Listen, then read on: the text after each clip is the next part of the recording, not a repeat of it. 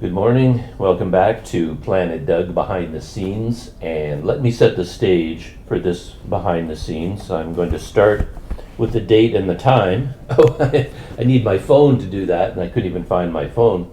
It is 6:38 in the morning, Thursday, September 25th.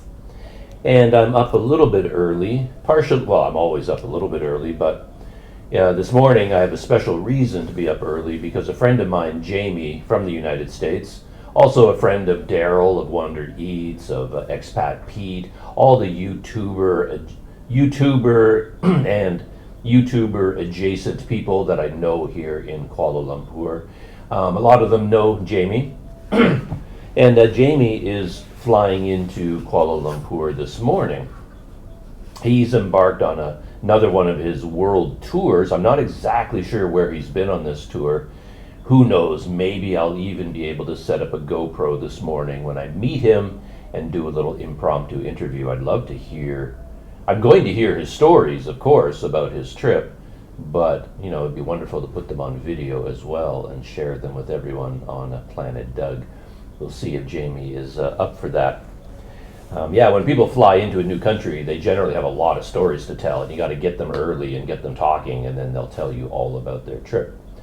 So he's landing like now, basically 6 in the morning, I think, and then he's going to be taking the bus into New Central, where KL Central, where the bus drops you off, and then I might be meeting him at the Starbucks there.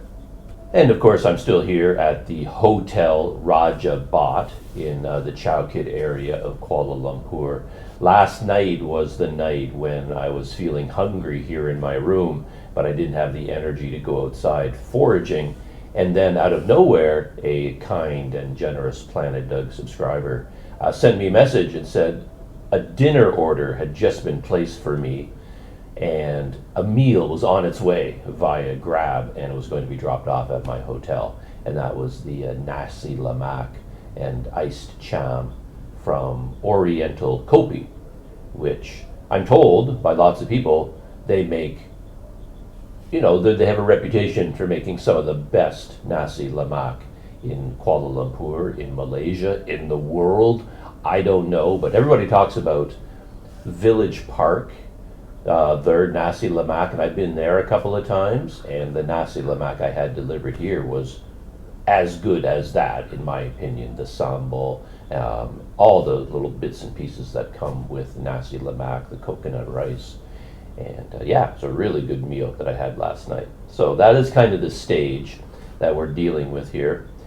And the next part is, this morning I'm not actually going to be talking and telling stories. I'm going to be reading a journal entry. Actually, this wasn't even a journal entry. Yesterday morning, I started up my laptop and I started typing out a little update. It was supposed to be very brief. Here I am. This is what I'm doing right now. Boom, boom, boom. Upload it to Patreon, to YouTube post page. Just send that out there to let people know what it is I'm doing. And then it just turned into a normal journal session for me, like I used to do in the past. I forgot to clip the microphone to me. Oh, it's crazy. You wake up in the morning as a YouTuber, and you've got so many things on your mind. I have like 100 things swirling that I'm thinking about. And then just setting up my GoPro here in my room, because I have it sitting on a stool. The stool is sitting on my bed, and I've got USB-C power going into the GoPro, because if I don't, it's going to overheat. And then I didn't want to use up my wireless microphone batteries, so I plugged in a lavalier mic, which doesn't require batteries. And there's so many things going on, so much technology, and I'm thinking about the day, how much time have I got? Oh, I got to meet Jamie. I wonder where he is.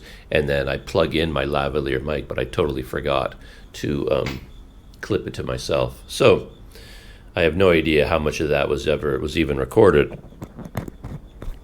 What I was saying is, yesterday I was writing a short update, but then for whatever reason I got into journal mode, And rather than writing a short update, I just kept writing and writing and writing. And I wrote down a kind of a synopsis of my entire mystery tour of Malaysia with my two friends. We drove around by car for a week. And I just talked about technology, the future, the Planet Doug channel, some things I'm thinking about. And I ended up writing like 10 pages, 8,000 words. And I posted that to Patreon. I couldn't post it to YouTube because YouTube is video oriented. It's not designed to handle an 8,000 word document. So I can't copy and paste that into a YouTube. So my idea was to record it on video. So I have a long written journal entry, and then for people who do not like to read, which is most people, because you're on YouTube, you are YouTube people, I thought I'd sit down in front of the camera and read it aloud. So that's what I'm going to do now. We're going back in time, and I'm going to read what I wrote yesterday, if that makes any sense. Starting from the top, I always give a byline. Wednesday, September 24th, 2025, 8 a.m., room 211, Hotel Raja Bhat, Chow Kit, Kuala Lumpur, Malaysia. I'm back in Kuala Lumpur and I'm staying at the small and funky Hotel Raja Bhat. Even the name is small and funky, and I think it translates as the King of Boats Hotel. The street is also named King of Boats, as is the neighborhood. I assume this name has significance and relates to Malaysian history, but I haven't done any research into that yet. I ended up staying here because my lineup of usual suspects were too expensive. I'd recently stayed at the Crossroads because I got a good deal on an awesome room for 39 ringgit per night. But when I checked back, the rooms had jumped to 130 ringgit per night. And even the humble J Hotel Masjid India was way overpriced. Then I found the King of Boats, advertising rooms for 47 ringgit per night. Add the tourist tax and various other taxes, and it still ends up costing more than I'd like, but unless you sleep in a dorm bed, that's as cheap as you're going to find in Kuala Lumpur and perhaps even in Malaysia. Still, it's a good value. The hotel is clearly a bit old. You can see evidence of that everywhere, but with age comes a certain pleasing solidity and character you don't see in modern hotels. My room is surprisingly large as well, and well appointed, with a large window, a desk, an open closet, a comfy, though hard-ish bed, nice bedding, a kettle, hot water, a new air conditioner, and even a hair dryer in the bathroom. There are even the small touches that cause a lot of happiness on Planet Doug. A bedside table, bedside light switches, and 3 electrical outlets. The neighborhood is also a joy. It has the wonderful hustle and bustle of Chow Kit, with restaurants and markets and nightlife everywhere. I have only been editing video since I've been back, and I have not joined the nightlife, but I hear live music outside my window at night, and I see buildings adorned with inviting lights everywhere I look. There is no perfectly convenient 7-Eleven, but that has been replaced with a 99 Speed Mart practically next door. The staff are also great. Upon my arrival, I was greeted and welcomed warmly. Check-in was smooth and uncomplicated. There was no confusion surrounding the annoying tourism tax, nor was there any talk of filling out forms, checking online records, and providing deposits. The desk clerk was on top of his game, and he had reviewed the day's reservations in advance and knew I was coming, and knew who I was when I walked through the doors. The night desk clerk is a talkative fellow, and we have a regular chat as I pass in and out on my various errands. He has already told me everything that is wrong with my YouTube channel, and told me that I should be what I should be making videos about. Food. He also demands action in videos. As he said, if he sees me sitting on a bed and talking, skip, and he skips ahead looking for action. He's certainly right, but I do like sitting on my various beds and talking. I got back to Kuala Lumpur 5 days ago from Ipoh, the final stop on my Malaysia mystery tour. My hosts for the trip dropped me off at the Raja Bhat, and then they checked in at the nearby Hilton Garden Inn. We had a final lunch together, said goodbye, and the next day they left for a 10-day trip to Japan. They will be back in Malaysia for a final 5 days on their return journey back home to the United States. For the last 5 days, I've been editing, exporting, uploading, and finalizing the videos from the car tour. My original idea, as is often the case, was to make short, snappy, highlight-filled videos of the trip. The trip was scheduled for 7 days, and my plan was to make 7 short videos from 20 to 30 minutes long each, 1 short video per day. But the minute I turned on my GoPro and started talking on the first day, that plan went right out the window, and I recorded my regular video journal or diary of each day in full. And when you record that way, you end up with about an hour-long video for each day. The video that I started editing yesterday is nearly 2 hours long. I'm considering dividing that video up into at least 2 and maybe 3 separate videos. It makes sense because the video covers many subjects: Malaysia Day history, the Perak Cave Temple, a tin mining museum guided tour, plus a setting the stage segment for the day, a hotel breakfast buffet, a meal in Little India, and a walk around an Ipoh City Park. Unfortunately, I didn't film all of these events separately. In terms of the storytelling, they all blend together, so it would be awkward to separate them. But that comes with the advantage of making several short videos as opposed to one super long video. However, it would require a lot more time and effort to make separate videos. I haven't decided yet. I finished editing and uploading 5 of the 7 videos so far. I have this 2-hour video left to complete, and then 1 short video about our trip from Ipoh back to Kuala Lumpur. I should be able to get most of that done today and tomorrow, and then I will have to go back and create all the thumbnails and video descriptions and other final details of these videos. Once that is done, I can turn my attention back to living life away from my laptop and recording more videos. The plan, of course, is to finally embark on a bit of a bicycle tour around Malaysia. As always, that plan has suffered greatly. It was supposed to start long ago when the weather was still relatively nice, but now it is looking like a bicycle tour that starts now will coincide with monsoon conditions. I'd still like to follow through on those plans. Perhaps the inevitable horrific weather will be part of the appeal of the journey. It won't be the mystery tour of Malaysia. I can call it the misery tour of Malaysia, or the soaking wet tour of Malaysia, or the wet and windy tour of Malaysia. If we need some alliteration, perhaps it will be the muddy and monsoony mystery tour of Malaysia. Editing the videos from the car tour has been a fun and fascinating experience. I get to relive the trip and see everything in a new, clear light. Having all that video deepens the experience and lets me see it differently. I haven't had time or energy to reply to comments on my videos from the last week, but I did see one comment on my first car tour video, and this commenter wondered why there was no introduction to the couple that I was traveling with. And I instantly saw their point. In the first video, I just jump into the car with Habib driving and his wife Shanaz sitting in the back seat. And I don't introduce them or say anything at all about them. And that made sense at the time because they're friends of mine.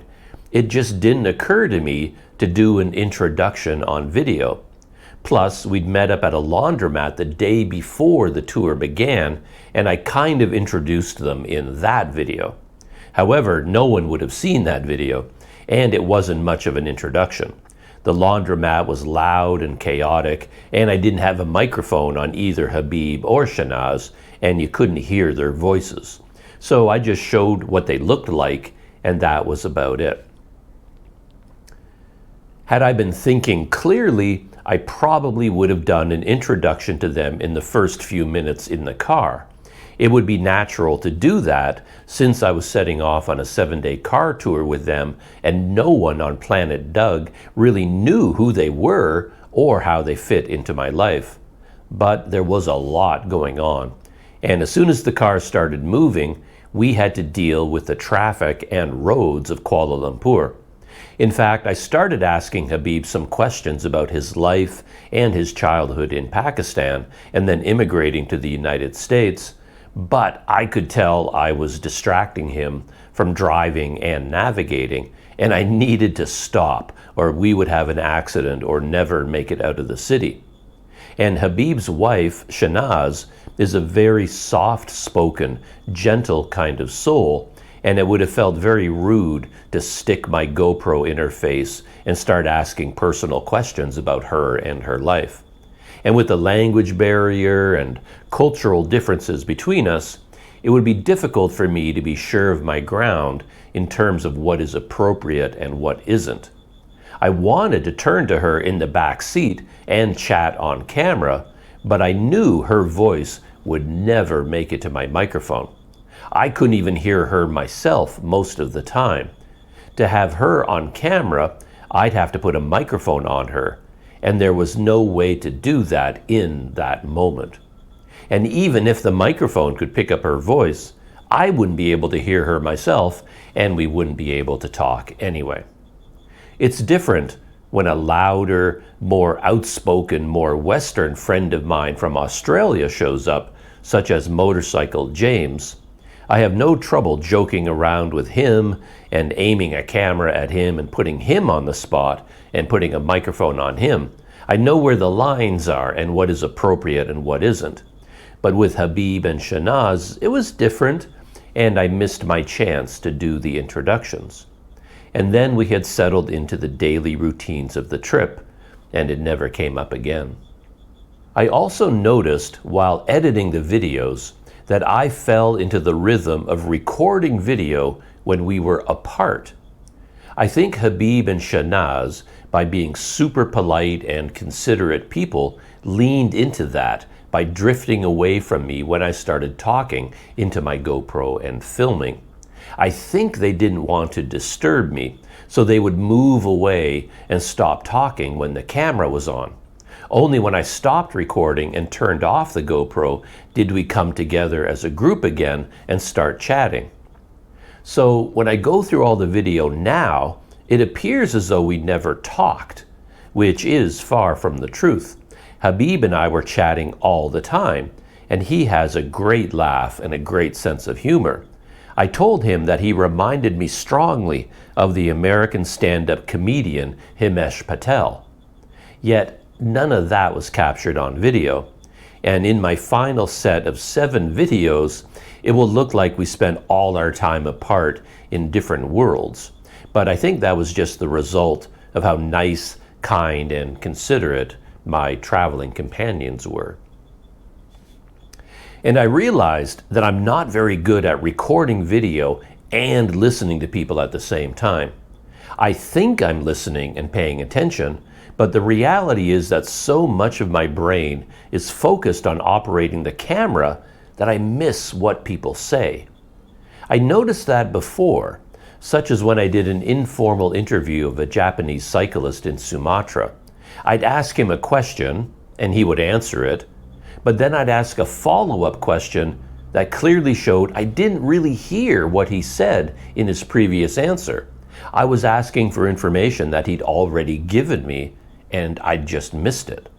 And this really comes into play when people have an accent. I have a great deal of trouble sorting through accents and hearing English words.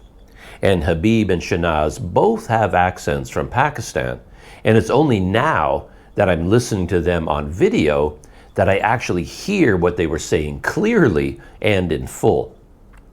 A great example of this comes from the video I'm editing right now. I went on a guided tour of a tin mining museum in Ipoh, and I put a microphone on the guide. And when I listen to the video recording of this guided tour, it's like I'm hearing the tour guide's presentation for the first time. I thought I heard everything he said during the tour, but in reality, I missed 50% of it or more. My brain simply didn't process what he was saying. So it was great fun to have nearly the entire tour on video and finally hear all the specific information and all the jokes the guide made. All of that passed me by in real time during the tour itself. I really have to work on that. I have to train myself to really pay attention and hear what people are saying, even when the camera is running. I've also been able to reflect back on the car tour itself and put it all together, and I can see what worked and what didn't work. It was an interesting experience for me to essentially go on someone else's trip, and it took me a while to adjust. Our first destination was a small village called THTan. This is a place that Habib wanted to visit, and when we talked about it, I thought it was because there was a special hotel there. I had never heard of THTan. I didn't know it was on the edge of Taman Negara, Malaysia's largest national park. And even when I figured that out, I didn't really know what Taman Negara and THTan were all about. I didn't know what you did there. And then the combination of THTan and Taman Negara turned out to be a revelation. A truly wonderful place. It had Planet Doug written all over it, other than the costs and high prices. The secret to THTan was the jetty and the river. And I knew nothing about this while driving there. I don't think Habib did either. But essentially, the village of THTan was on one side of the Tembeling and Tahan rivers, and the national park was on the other side. And on the THTan side, the river was lined with maybe a dozen floating restaurants and docks. It was a wonderful and scenic and fun spot. You could get all kinds of great meals, snacks, and drinks on the floating restaurants and on the river shore from early in the morning to late at night. And from there, you could hop on any number of boats to take you into the national park on long and short hikes and amazing river adventures. It was a fantastic place, and I could have spent the entire week there easily.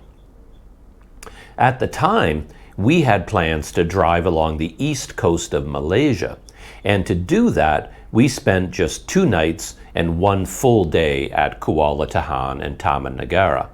I think if either Habib or I had understood just how much there was to do there and how special and scenic it was, we would have planned for 3 nights and 2 days. Or maybe not. I know I would have, but being more energetic, Habib might have still stayed for just 1 full day. He is accustomed to a faster pace of tourism, and he could naturally do several things in 1 day.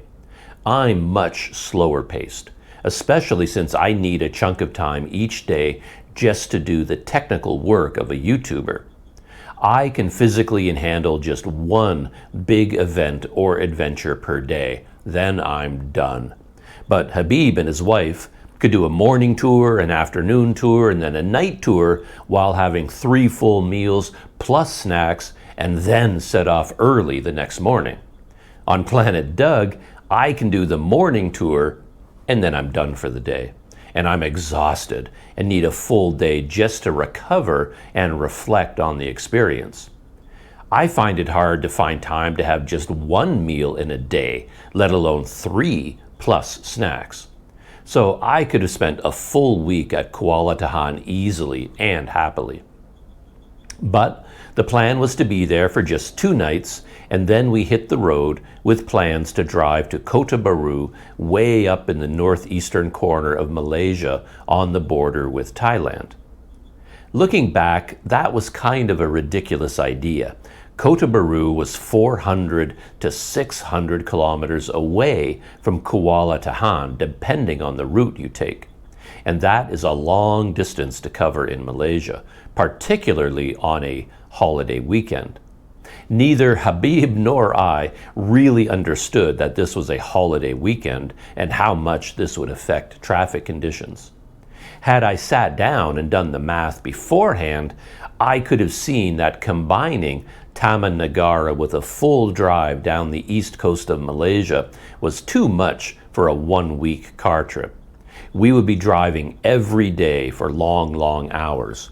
And this was compounded by the fact that Kuala Tahan and Taman Negara was kind of a dead end as far as roads were concerned. Once you drove up there on the narrow countryside road, there was no way to continue on. You had no choice but to turn around and go all the way back south before you could get onto a road heading east or west or north. Looking at the map now, we could perhaps have chosen to go directly to Kuantan from Kuala Tahan. That would have given us an East Coast experience, and we could have completed a shorter loop heading south down the coast and then circling back to Kuala Lumpur. But knowing what I know now, that trip would likely have been disastrous. We heard reports that the road from KL to the east coast at Kuantan was jammed with long weekend holiday traffic. We likely would have been stuck in a traffic jam forever. As it turned out, we ran into our own traffic jam on the way north. Habib came up with a plan to break up our drive to Kota Bharu into two parts with an overnight stopover in a place called Gua Musang.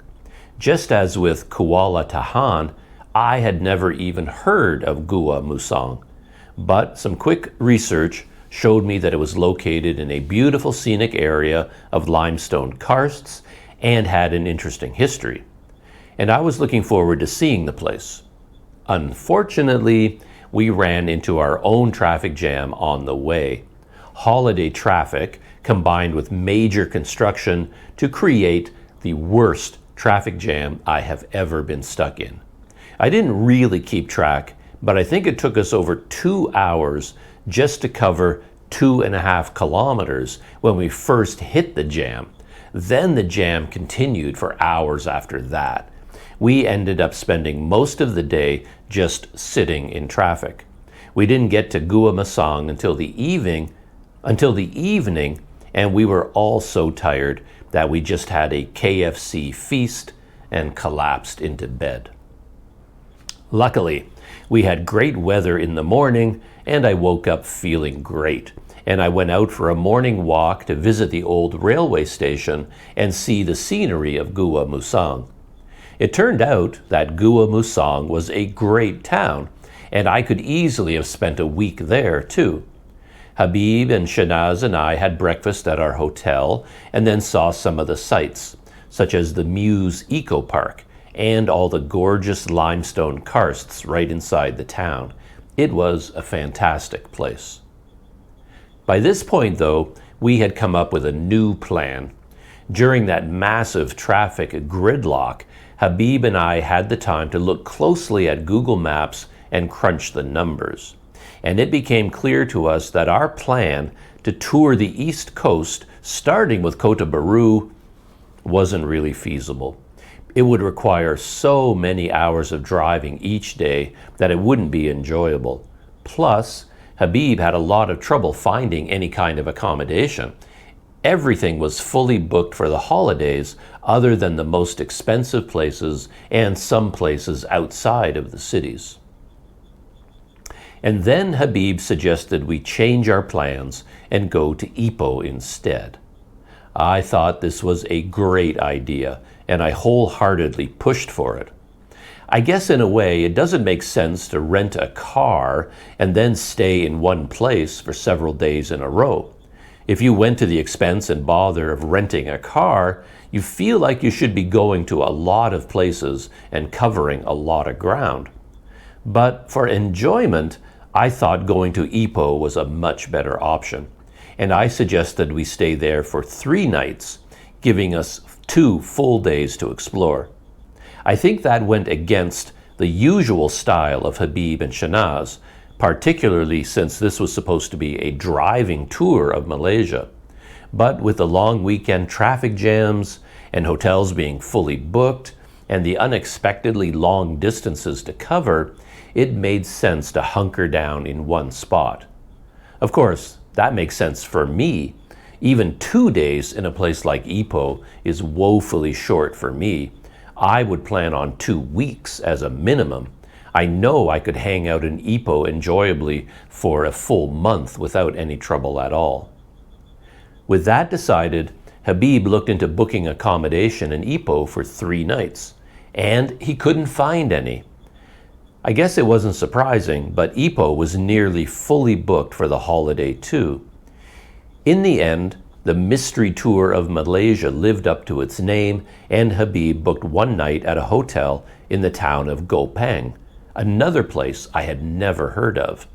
And then he booked us 2 nights in Ipoh. I was disappointed about this at first. It seemed like we couldn't catch a break on this trip. I really wanted to settle down in Ipoh at 1 hotel and stay there for 3 nights and have 2 full days to really give us a chance to relax and put down roots and go out exploring. But things turned out okay. It was actually kind of nice to see another mystery town like Koo Keng, even though we stayed there such a short amount of time. In fact, Koo Keng, like Kuala Tahan and Gua Musang, was a great place. I loved it there, and I could easily have spent a week in Koo Keng, using it as a base to explore the area. It had a rustic, historic, local charm to it, and we had a great breakfast at a local restaurant and got to take in some of the atmosphere in the morning. Then we piled back into the Mitsubishi Xpander for the short drive into Ipoh proper. Luckily, we only had to cover 19 kilometers with no traffic jams. In fact, we got to our next hotel, the wonderful Hotel Regal Vista, before noon, and our rooms weren't even ready yet. But we were able to leave our luggage with them and head out into Ipoh's Old Town on foot. Unfortunately, Shahnaz had not been feeling well, and she decided to stay at the air-conditioned hotel, and just Habib and I set off to do some rambling. For me, this was a typical reconnaissance mission, and my goal was simply to walk all around Ipoh's Old Town district and see as many of the main sites as possible just to get my bearings. With that in mind, we checked out, or at least walked by, all these places. Hotel Regal Vista, Durbar at FMS, Ipoh Wow, Hong Kong and Shanghai Bank, SPH De Silva Building, Kapitan Chung Tai Fin Building, Straits Trading Building, Perak Hydro Building, Ipoh Town Hall, Ipoh High Court, Ipoh Railway Station, Sultan Idris Shah II Mosque, Birch Memorial Clock Tower, Lorong Panglima, Kong Hen Square, Concubine Lane, Han Chin Pet Su Tin Mining Museum, the One Cafe, Market Lane, where they have all the murals, Blue as Chic Fried Ice Cream, Kinta Fire Brigade, Memory Lane, Perak Taipu Association, and finally the Warong Theater, which was a fancy restaurant near our hotel. I enjoyed that immensely and was pleased that I got to see so much so quickly. And perhaps people have different feelings about this, but I was very happy that it was a holiday weekend and that Ipoh was bustling. It gave places like Concubine Lane a festive and fun atmosphere as we could make our way through the crowds at only a turtle's pace. The next day also ended up being kind of a Planet Doug day. My kind hosts allowed me to pick a couple of my favorite places to check out, and we ended up visiting the Perak Cave Temple in the morning and then getting a guided tour of an awesome tin mining museum in the afternoon. The highlight of the Perak Cave Temple was the steep trail that led all the way to the top of the limestone karst, revealing fantastic views of the city and the Kinta River Valley around. In the afternoon, we got very lucky with the guided tour of the Hanchin Petsu Tin Mining Museum. Being a dummy, I didn't realize that the only way to visit this museum was on a guided tour, and that we had to book a spot on the tour online in advance. We just showed up, and the place appeared to be closed. But Habib encouraged me to step forward and speak to one of the guides, and the guide was kind enough to add our group of 3 to the next tour group at 2 p.m., even though we didn't have a reservation. I enjoyed this tour immensely, and I was even able to put a microphone on the guide and record almost his entire presentation. This gets back to what I wrote about at the beginning, and how in editing that video, it's like I'm hearing the guide speaking for the first time. I didn't realize it at the time, but he had a strong accent, and I imagine for people whose first language isn't English, it would have been difficult to understand him. And I was so preoccupied with filming that I guess I was paying only half attention. I'm glad I'm able to hear the whole tour clearly on my GoPro video. I was thinking I should write full captions for the video of that whole tour, but that would take a lot of time. With a meal in Little India and a stroll through a local park in Ipoh, and another wonderful night in my great and comfortable room at the Hotel Regal Vista, the mystery tour of Malaysia was winding down. All that remained was, hopefully, a relaxed and easy day driving back to Kuala Lumpur. I was worried that we would run into another massive traffic jam, but even though the traffic was heavy, it never really slowed down, and we got back to KL quite early, despite enjoying a leisurely hotel breakfast buffet and taking our time for packing up and getting on the road. Looking back over the Malaysia mystery tour, things worked out very well.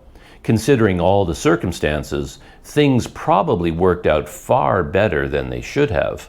The highlight was clearly our full day in Taman Negara and the boat tour up the THTan River. That was spectacular, and I'm still thinking about it dreamily many days later. I probably would have enjoyed a second full day at Kuala Tahan and Taman Negara rather than getting right back on the road. We could have done a second riverboat tour or a hike in the rainforest, but we had other places to be, and we had the car. So the draw of the open road was hard to resist. On the very positive side, in terms of the driving, we passed through some stunning scenery. I thought I was familiar with Malaysia, but I honestly had no idea how beautiful it could be. The scenic vistas began the very moment we left the edges of Kuala Lumpur and started heading north and east. I didn't realize it at the time, but our route to Taman Negara took us up and over the full width of the Titiwangsa mountain range. And then, traveling from Taman Negara back west to Ipoh, we passed through and over the Titiwangsa mountain range again, this time going through the Lojing Highlands, skirting the popular Cameron Highlands to the south.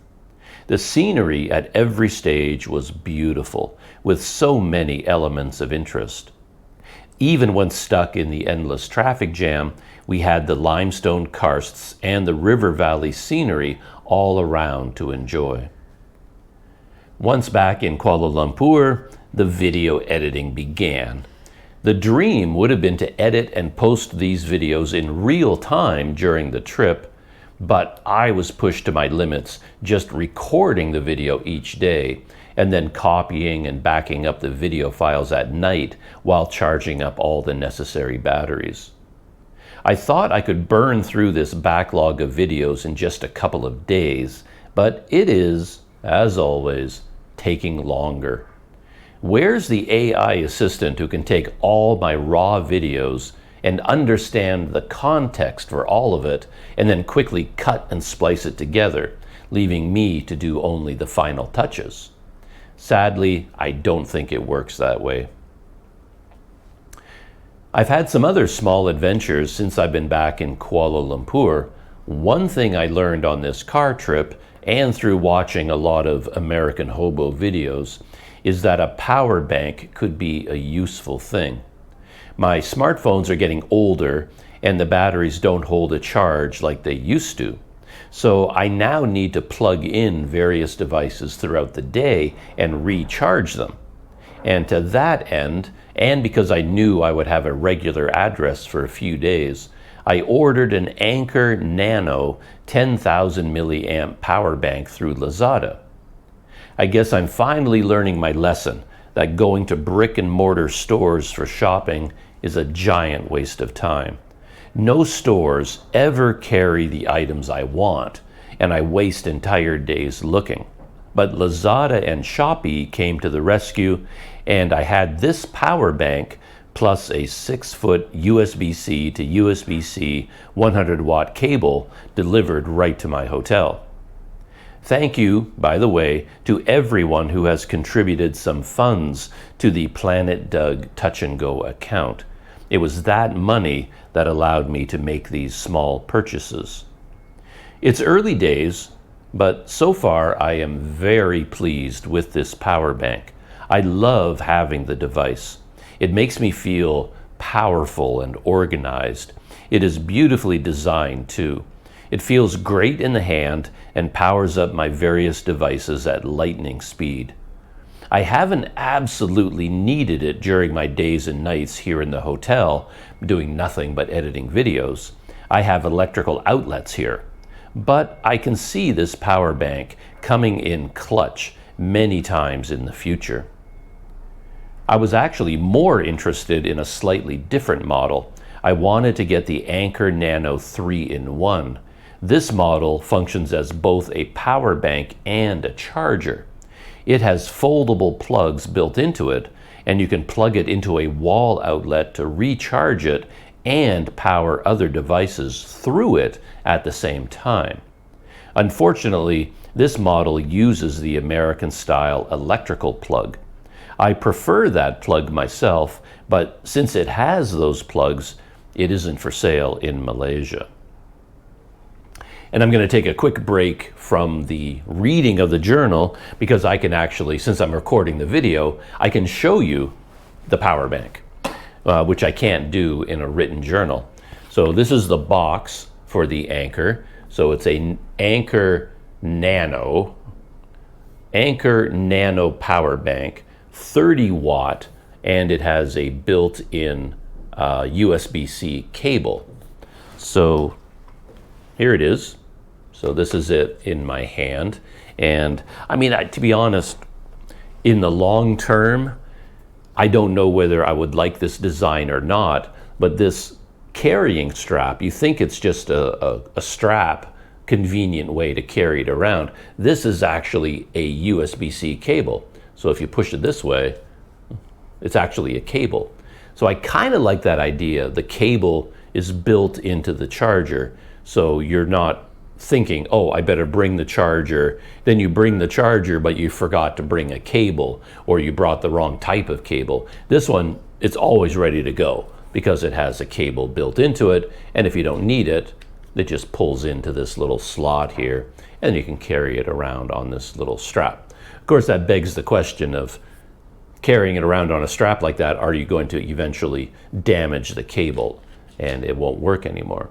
So this one is 10,000 milliamp, and it has this USB-C cable built in, and then it has another USB-C port here and a USB-A port here. And I don't have a lot of experience with power banks, but I've seen other people using them on the MRT system here in Kuala Lumpur, and my sense is that all the other ones that I see, I'm pretty sure they're all 10,000 milliamp. That seems to be the sweet spot. They all seem a lot bigger than this one and a lot heavier. So I think this one is a nice size. Fits really nice in your hand. Yeah, so I think it's a good purchase. Anker is a reputable brand.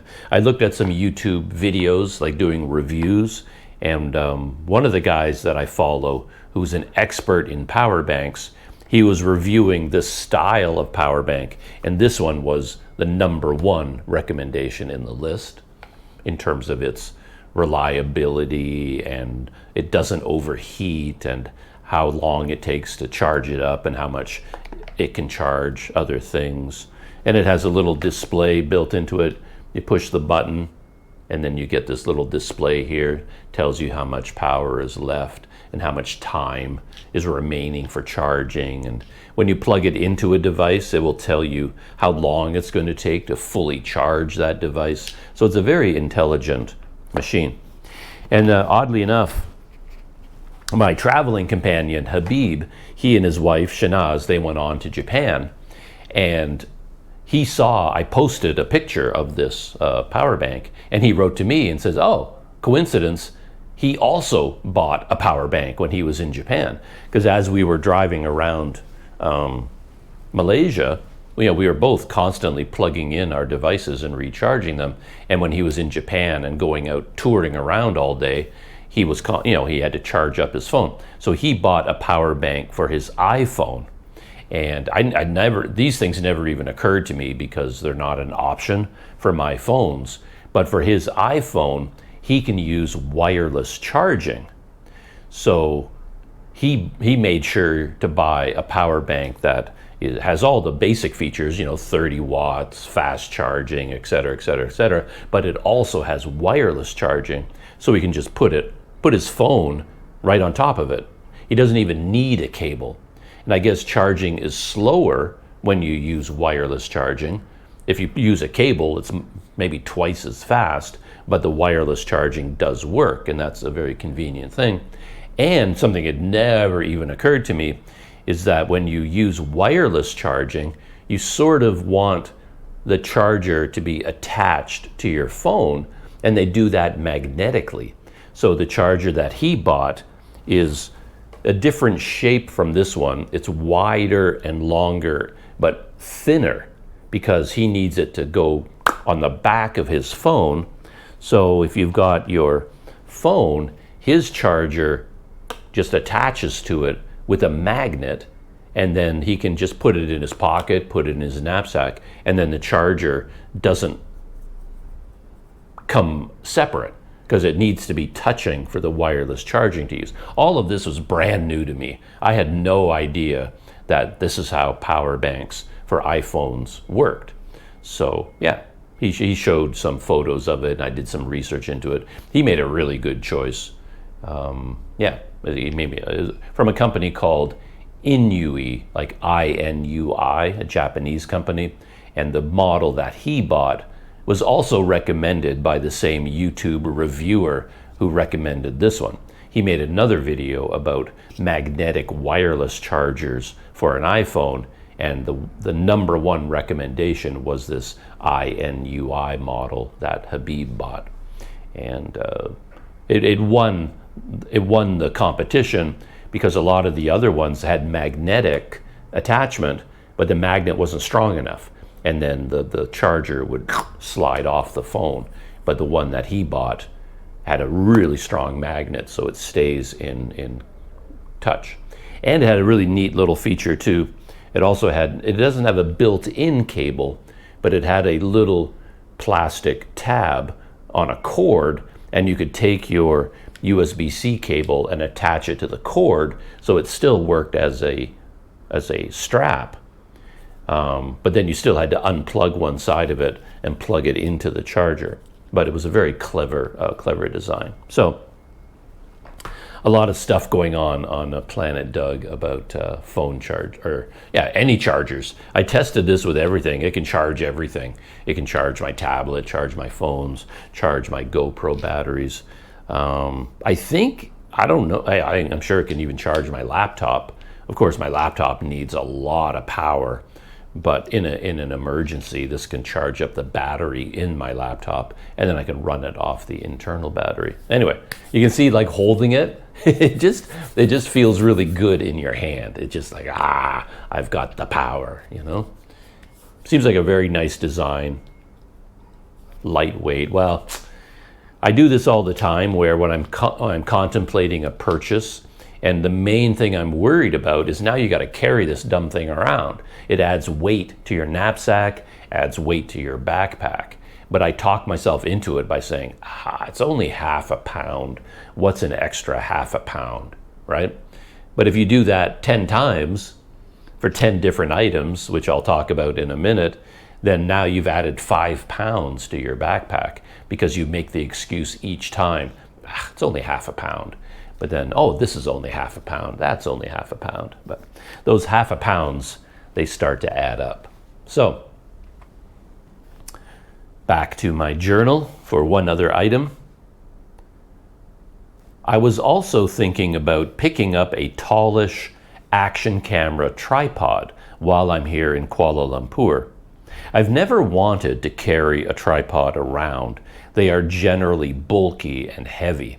And I use my GoPro Jaws flex clamp to attach my camera to objects around me in lieu of a tripod. But that is often very difficult to do and sometimes impossible. I see cyclists and travelers whipping out their tripods and putting them on the ground outside, inside restaurants, in their hotel rooms, and even on the streets to film themselves. Perhaps with the tripod, I can stop building towers of chairs and tables on my beds to create a place to mount my cameras. And I've been looking into a long action camera tripod because a normal tripod is designed to hold a heavy camera. That's why they are big and heavy and very expensive. But I don't need that. I can use a lightweight model designed to hold only the weight of a GoPro. And then it can serve many functions. It can be a short tabletop or bed top tripod. It can also sit on the ground like a normal tall tripod, and it can serve as a short or very long selfie stick. The models I'm considering in particular are these two. One, Ulanzi MT44 extendable vlog tripod, or two, Ulanzi Go Quick 11 1.4 meter extendable tripod. The difference between them is that the MT44 is more of a traditional tripod with a ball head at the top and a 1/4" 20 screw. I really like that design, and it has a built-in phone holder. The Go Quick 11 is designed specifically for action cameras and has a GoPro finger mount at the top, combined with an Ulanzi magnetic quick release mechanism. They are about the same price and about the same height.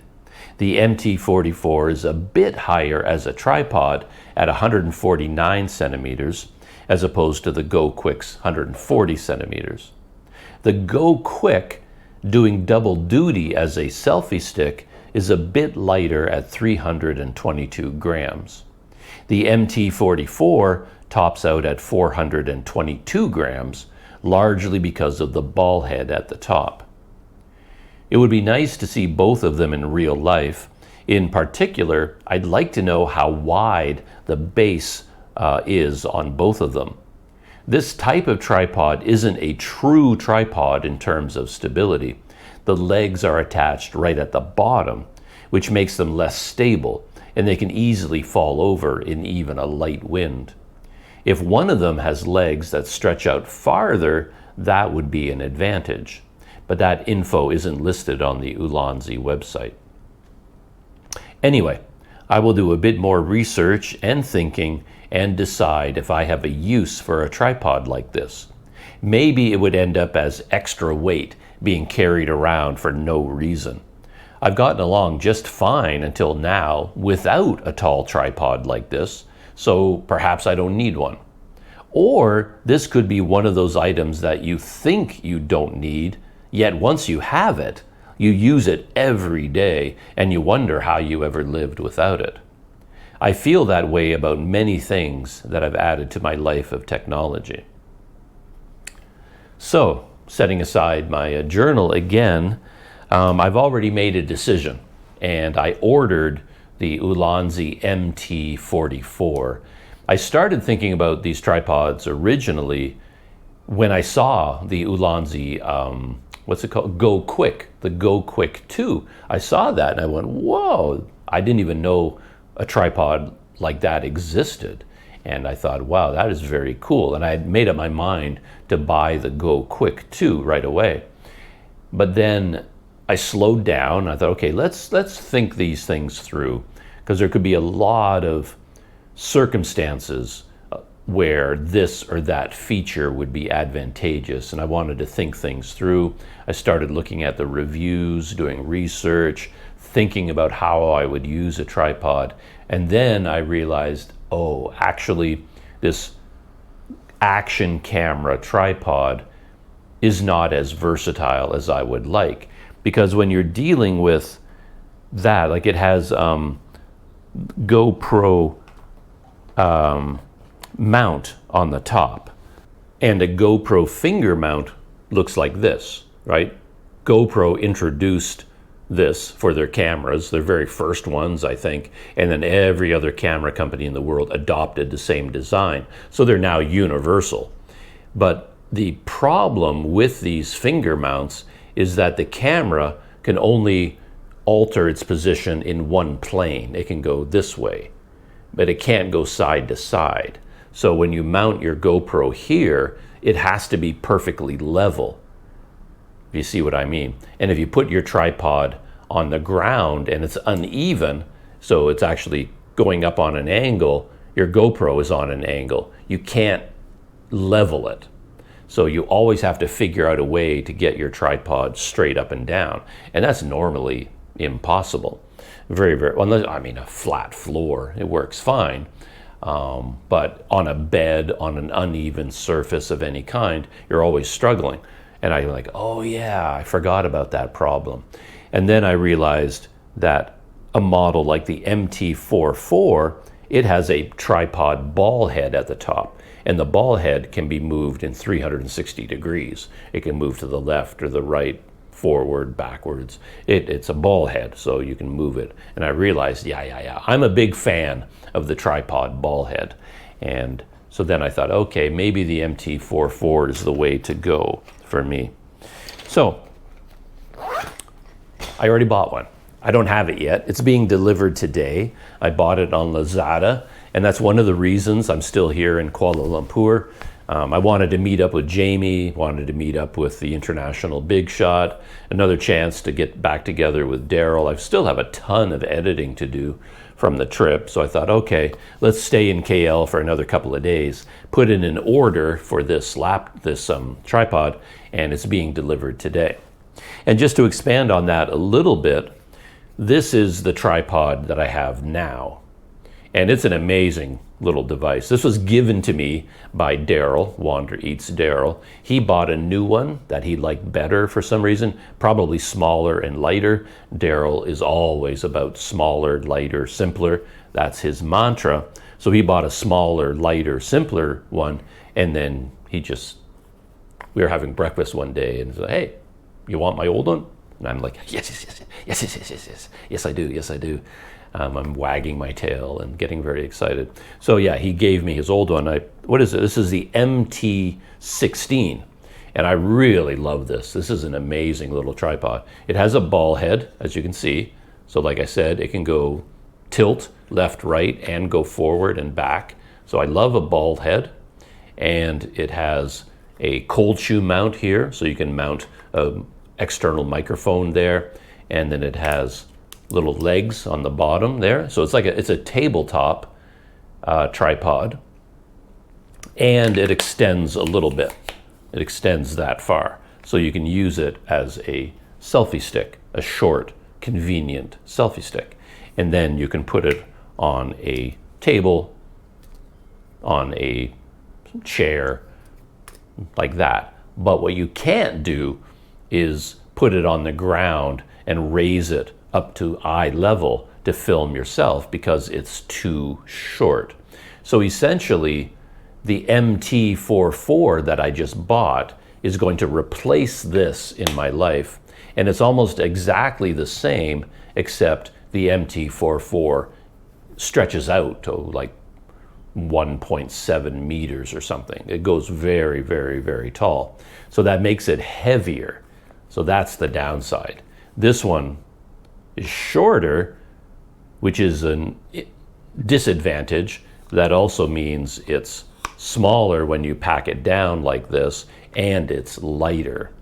So my MT44 extends much farther, and that means it's bigger when you pack it down, and it's heavier. But it isn't here yet. I'm still waiting for it to arrive.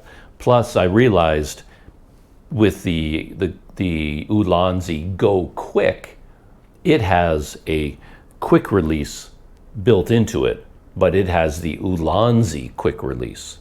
So that would mean I have to get more adapters, because right now I use Telesin quick release.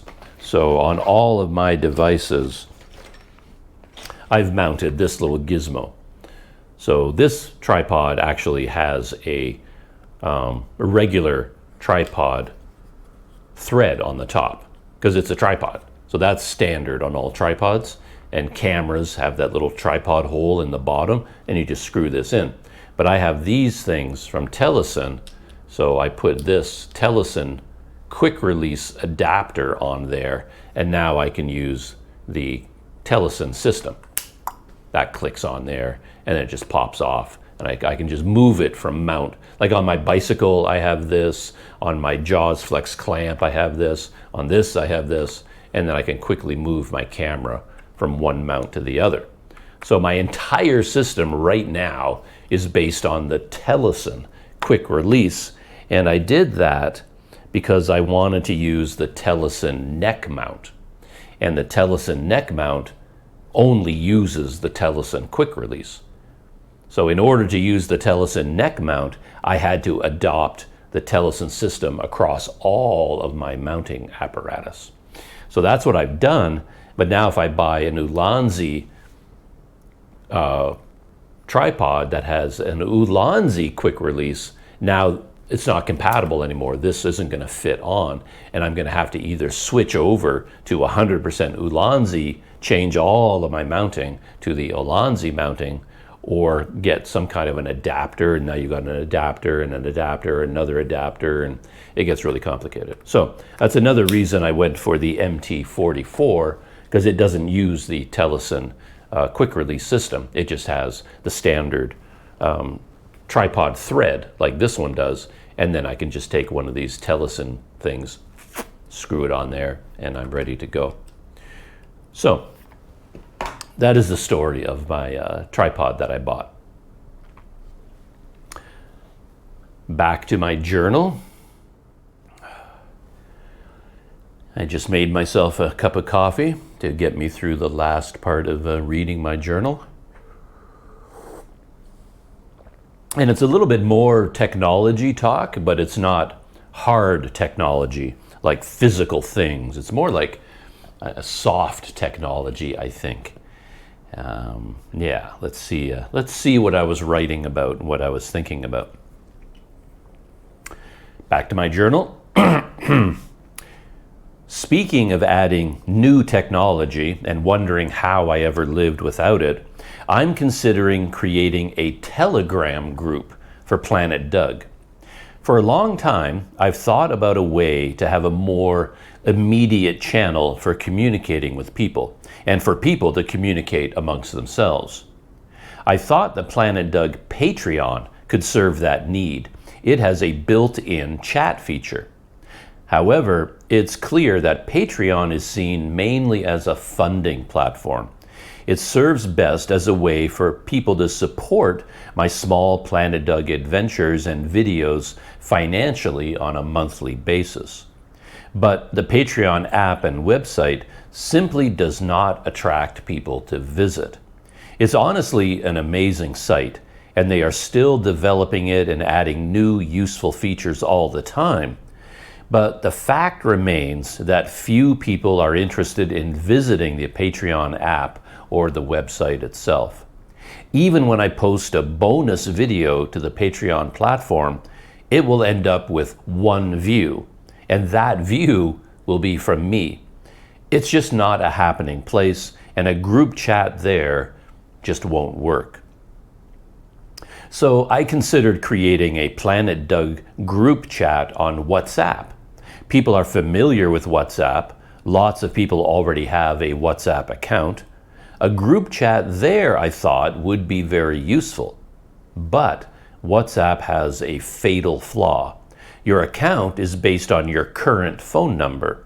And since my phone number keeps changing with every new SIM card, I'm constantly at risk of losing my Planet Doug WhatsApp account, which happened just recently.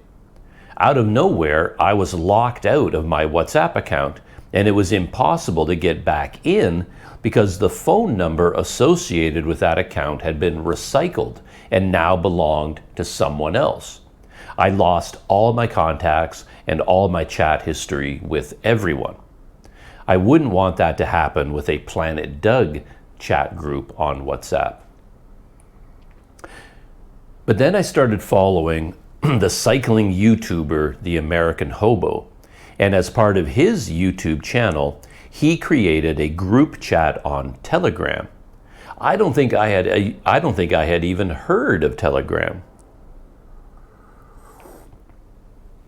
I certainly knew next to nothing about it. I didn't think it was popular or that anyone really used it. But I joined the American Hobo's Telegram group chat, and I've been an active member there for a few months now. And I've really enjoyed it.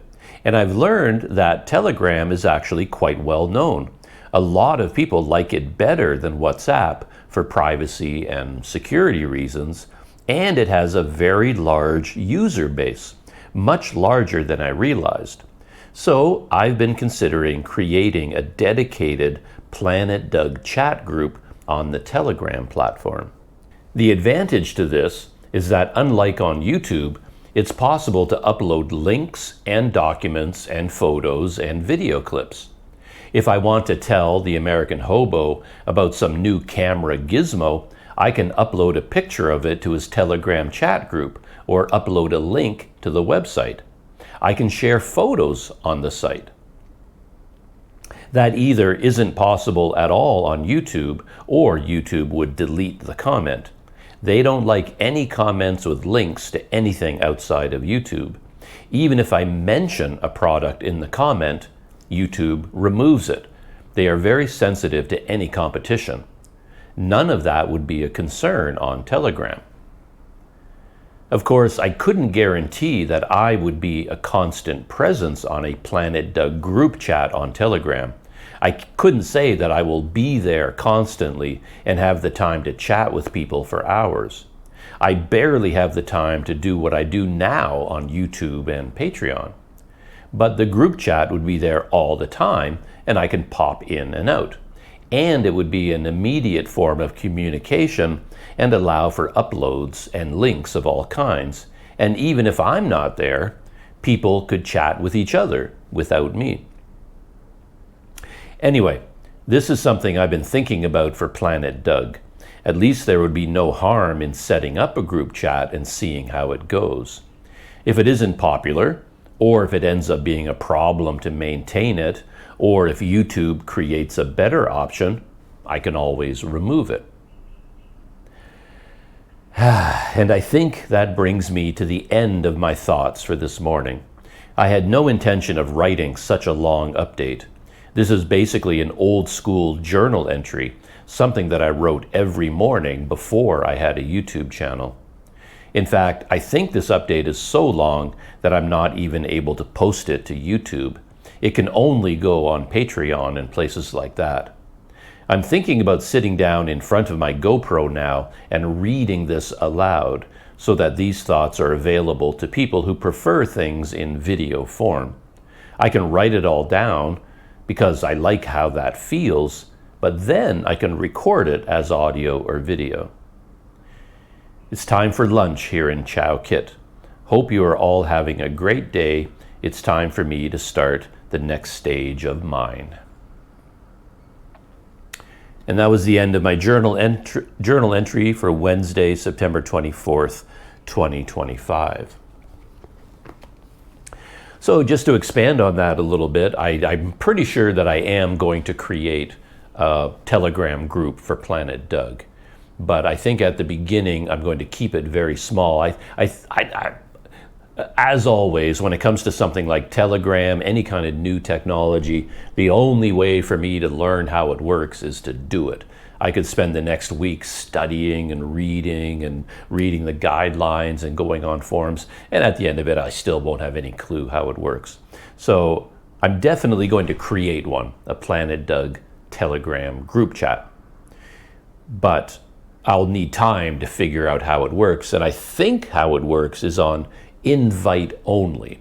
So the only way someone can join this group would be for me to invite them with a link.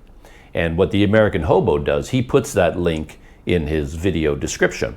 So anybody can join. All they have to do is go to his videos, go to the video description, and there's a join the Telegram group link.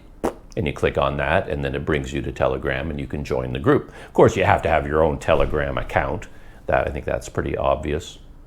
So in my case, if I wanted to keep it small, I can create the Telegram group, and then I can just send the invite link, like the join link, to people that I'm closest to, people that I know, and so I can just tell them, hey, would you mind joining my group chat on Telegram, and let's figure out how it works. Can you send me a message? I'll reply to that, and I can figure out how it works.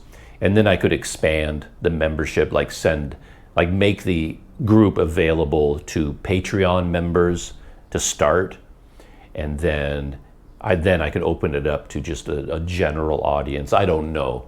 It's just I think I'd have to start slow and figure out how it goes, because I can easily see a wide open group chat getting out of control. We're talking about the internet here, and who knows what kind of people would just join the group, and only with the intention of creating havoc and causing problems and being annoying, right? That happens on the internet all the time.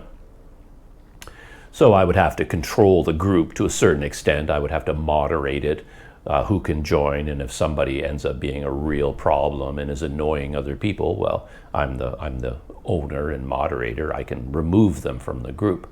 But again, I don't want it to be a full-time job for me to be constantly moderating what's going on Telegram and removing people or deleting things. And of course, I could give moderating powers to another person. I'm sure that's built into Telegram, though I don't know that for sure, but I'm just assuming. But anyway, it seems like it could be really, really useful, or it could be a complete disaster. I mean, in recent days, in years, I've struggled with staying in touch with people because I have a Planet Doug presence in so many different places. And then it's almost a full-time job. I mean, I should wake up every morning, and the first thing I do in the morning is do the rounds. Go to YouTube first, of course. I'll go to Patreon first, look at all the notifications. If someone has left a comment or asked a question, I can reply to people on Patreon. And then after that, I go to YouTube, Planet Doug, look at all the comments there. I can go to Planet Doug behind the scenes, this is where this video has been uploaded, and I can reply to comments there. And then I have a Planet Doug website, which I don't use very much, but it's there. And I have an email address linked to that website. So then I have to check my email to see whether people have sent me emails from planetdoug.life. And then I have a Facebook page for Planet Doug. People can leave comments there. They can chat on Facebook Messenger. And I have Planet Doug Instagram, which I've never been able to figure out. People leave comments there or questions, and I always miss them because I don't know where they are. Every time I find them, I think, okay, this is where they are, and I can go back and check every day. And then for some reason, the next morning, I can't remember where they are anymore. I go around and around Instagram, and I can't find the direct messages. I don't know where they are. And then I'll find them again and find out someone sent me a message 2 weeks ago saying they're in Kuala Lumpur, let's get together for coffee. And I miss it because, there are just so many platforms. So adding another platform, Telegram, I mean, in a way that's kind of a bad idea. but I like the immediacy of Telegram and the ability to upload things. So like right now, if someone watches one of my videos and they want to tell me, oh, there's this great low budget hotel in Malacca, here's a link to that hotel, whatever, YouTube will probably delete that link because they don't like things like that. Or they might want to, they have a picture they want to send me, but they can't send me the picture on YouTube because there's no mechanism for uploading documents or graphics or screenshots or anything like that. So even when in my interaction with the American Hobo, we talk a lot about YouTube because we're both YouTubers and learning all the time. And I learn something new and I think, oh, this might help out the American Hobo, but I can't do it on his YouTube channel because I can't take a screenshot of like Touch and Go or a screenshot of my Digi SIM card data plan and say, oh, American Hobo, this plan is a really good plan. You should look into it. I can't do that on YouTube. So now I go to Telegram and I upload a screenshot and I say, oh, look at this. And and then American Hobo, he updates little video clips on his Telegram group chat. He basically is using Telegram the way I envisioned using Patreon. But as I said in when I was writing, that Patreon is a powerful platform. I don't think people understand how powerful it is. It has so many features. It can do everything. Brilliantly designed. I think it's amazing, the app and the website. But nobody uses it. Like nobody goes there. Nobody thinks they turn on their phone. It's like, oh, I got to check WhatsApp. Oh, I got to check this. But nobody's going to go, oh, what's happening on Patreon on Planet Doug? People don't do that. If I post something to Patreon, they get an email notification and they can read the whole update in the email. So they have no reason to go to Patreon. So yeah, it's just not an active platform. So if I want to shoot a little update video, my instinct is to put it on Patreon. But if I do, I might as well just throw it in the garbage because nobody's going to see it there. Nobody's going to watch it. Nobody interacts with it. So what's the point? So I suppose I could talk about Patreon a little bit here too, because my vision for Patreon clearly was unrealistic. It works very well, as I said, like a funding platform, like Buy Me a Coffee. If a Planet Doug subscriber wants to help me out a little bit with like a monthly donation to help me out, thank you very, very, very much to all of you. I depend on that heavily. Planet Doug wouldn't exist without that, to be honest. So it works very well for that. And then I designed a very complicated set of tiers with benefits and perks at every tier level. But then every time I provided one of these benefits, one of these perks, nobody really cared one way or the other. Like if I made a bonus video just for a certain tier on the Planet Doug Patreon, I can upload it and put it on the Patreon. But then a month later, 0 views other than mine. Nobody watches it. So really, I was just wasting my time by doing that. So what I've been doing on Patreon is slowly, it's drifting towards being a funding platform only. I mean, I post updates there on Patreon all the time. So I'm trying to give good value back to Patreon members. But what I've started doing is, if I post a long update to Patreon, I just have it open to everybody. Like all Patreon members can see it, not just the city planet or the ocean planet. You see what I mean? It's just open to everyone. And then I take that post that I wrote for Patreon and then I copy and paste it onto YouTube, onto the post page. Again, because if I just upload something to Patreon, nobody sees it anyway. So more people will see it on YouTube. And I also have a Substack newsletter, which I don't generally use, but I thought of, and I have the website. So now what I'm trying to do is, let's say I upload a set of photos to Patreon. Patreon, in my mind, is still the hub of Planet Doug. I love that website. I love the way it's organized. It's so efficient, so well done. So that's where I start, and I upload a set of 5 photos to Patreon, and I write about it, post it. Great.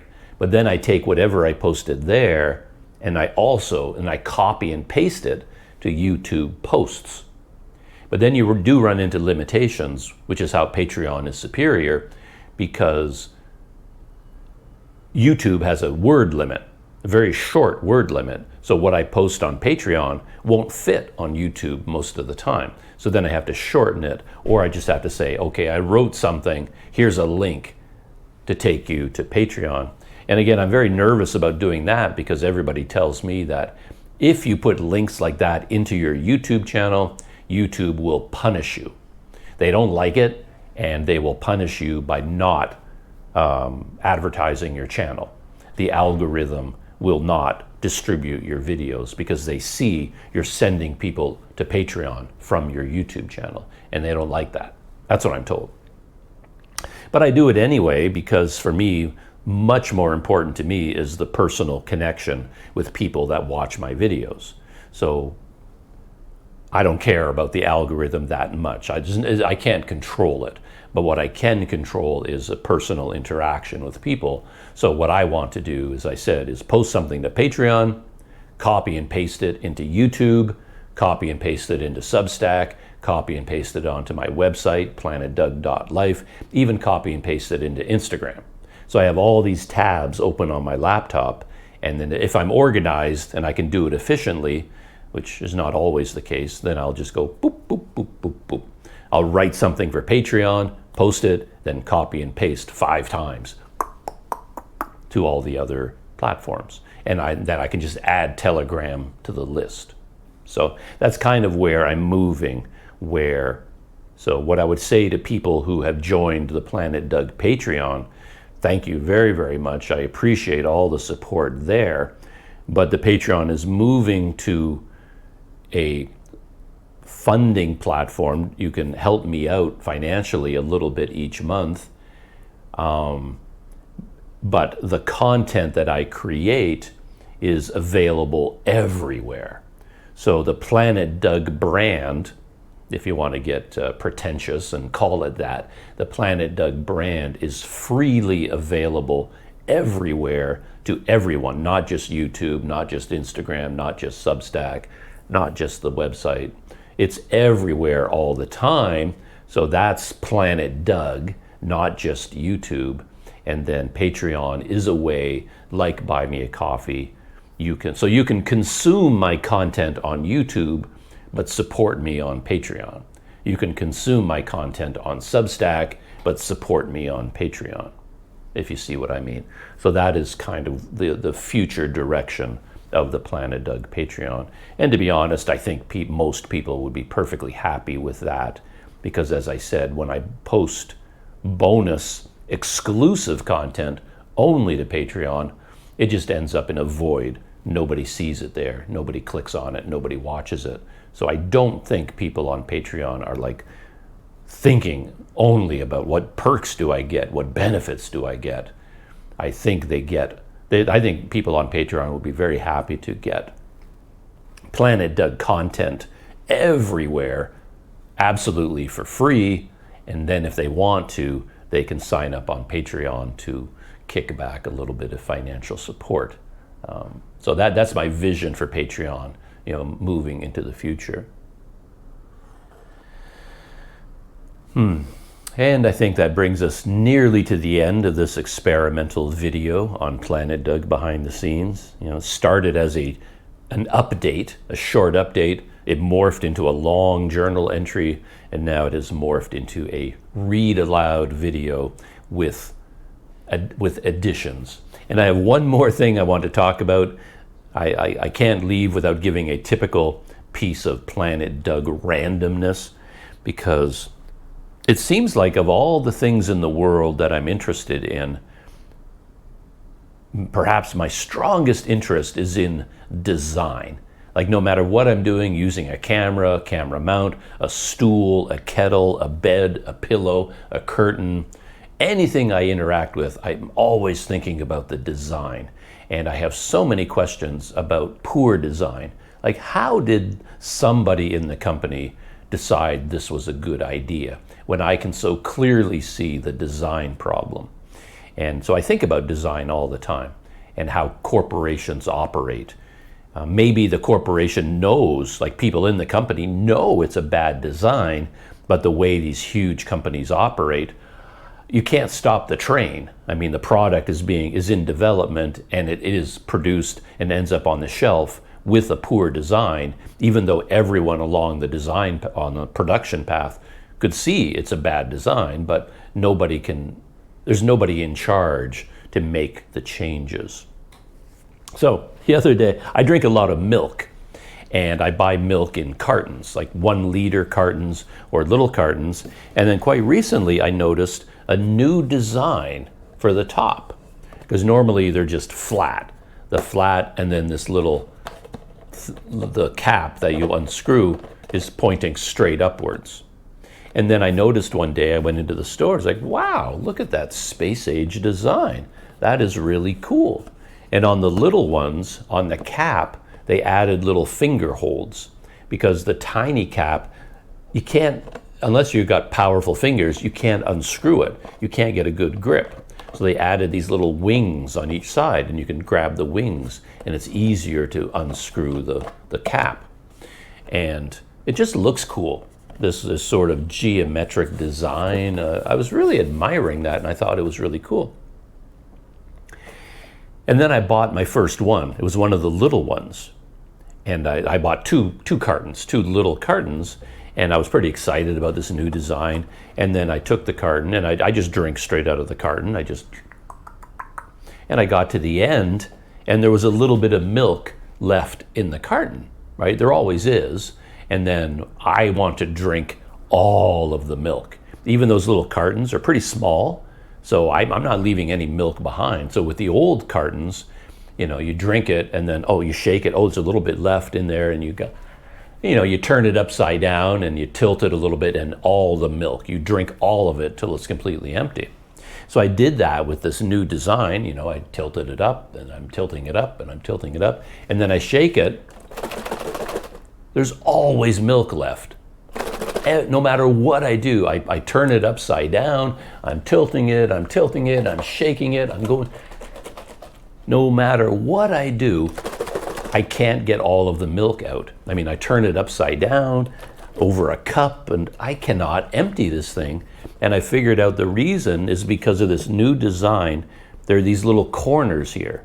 And when you turn the carton upside down, milk naturally runs into these corners. And there is no way to get that milk from this corner back up and then down through the spout.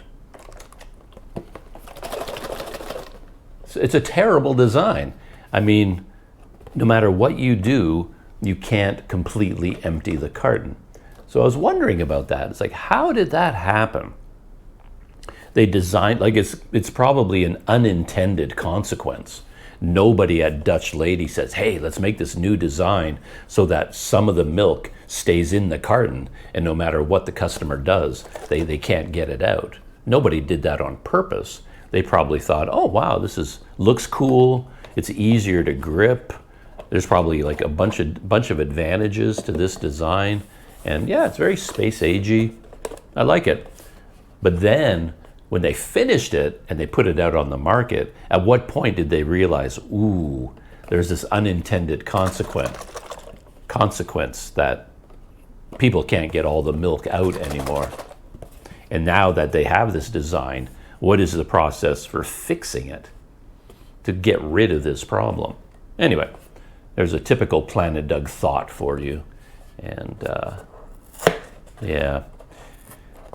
Of course, I eventually figure out my own way. I lift up these little things on the end and I flatten out the entire carton so to get rid of that entire shape.